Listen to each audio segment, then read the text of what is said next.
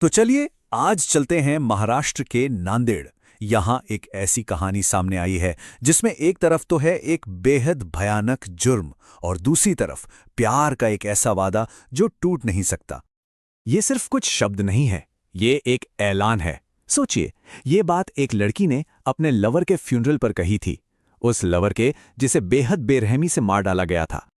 तो चलिए शुरुआत करते हैं इस कहानी के सबसे सबसे असाधारण और दिल दहला देने वाले पल से, प्यार की एक अमर प्रतिज्ञा। सबके सामने आंचल ने अपने प्रेमी सक्षम के बेजान शरीर पर हल्दी और कुमकुम लगाया और इसे अपना पति मान लिया। ये एक ऐसा कदम था जो सिर्फ दुख में नहीं उठाया गया, बल्कि ये सीधे सीधे मौत को एक चुनौती थी। तो सवाल यही उठता है कि आखिर ऐसी नौबत आई ही क्यों? ऐसा क्या हो गया था कि किसी को इतना बड़ा, इतना विद्रोही कदम उठाना पड़ा? इस सवाल का जवाब छिपा है एक लव स्टोरी में, और उस लव स्टोरी के रास्ते में खड़ी एक बहुत बड़ी दीवार में। ये कहानी है 21 साल की आंचल ममिडवार और 20 साल के सक्षम टांटे की। दोनों पिछले 3 साल से एक रिलेशनशिप में थे, लेकिन उनके रिश्ते के बीच में एक बहुत बड़ी सामाजिक दीवार थी, और वो दीवार थी जाति की। आंचल आती थी स्पेशल बैकवर्ड क्लास यानी एसबीसी से, जबकि सक्षम वो एक दलित बौद्ध कम्युनिटी से थे। और बस इसी वजह से आंचल की फैमिली इस रिश्ते के सख्त खिलाफ थी। सिर्फ खिलाफ ही नहीं, उन्होंने सक्षम को जान से मारने की धमकियां तक दे डाली। और इस पूरे विरोध की, इस नफरत की एक ही वजह थी, दोनों की अलग अलग जाति। और अफसोस की बात यह है कि ये धमकियां सिर्फ बातें नहीं निकलीं, बहुत जल्द इस विरोध ने एक बेहद क्रूर हत्या की साजिश का रूप ले लिया। 27 नवंबर 2025, उस शाम जो हुआ वो बहुत ही भयानक था।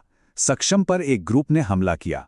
पुलिस रिपोर्ट्स के मुताबिक पहले उसे गोली मारी गई, और फिर ये पक्का करने के लिए कि वो बच ना पाए, आखिर में पत्थर से उसका सिर कुचल दिया गया।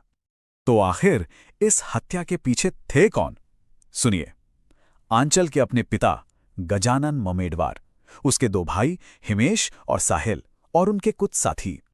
और इसके बाद शुरू हुआ आंचल का न्याय के लिए एक अकेला संघर्ष। आंचल ने अपनी फैमिली से सारे रिश्ते नाते तोड़ दिए।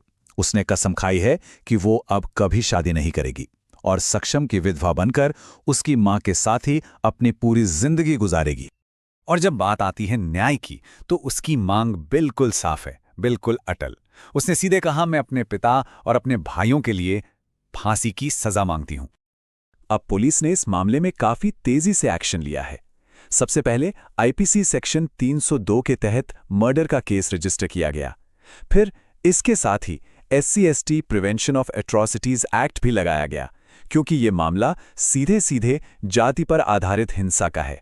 और हाँ, पिता, दोनों भाई और बाकी सभी आरोपियों को गिरफ्तार कर लिया गया है।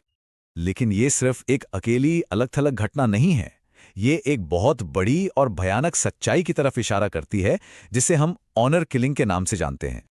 तो ये ऑनर किलिंग आखिर है क्या?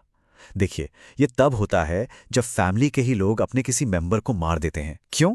क्योंकि उन्हें लगता है कि उस इंसान ने कुछ ऐसा किया है, जैसे कि दूसरी जाति में प्यार करना, जिससे परिवार की इज्जत या शान पर दाग लग गया है। और अगर हम नांदेड़ के इस केस को देखें, तो ये ऑनर किलिंग का एक टेक्स्ट बुक एग्जाम्पल है, एक बेहद दर्दनाक example. Location Nanded, Maharashtra. Victim 20 साल का सक्षम टाटे।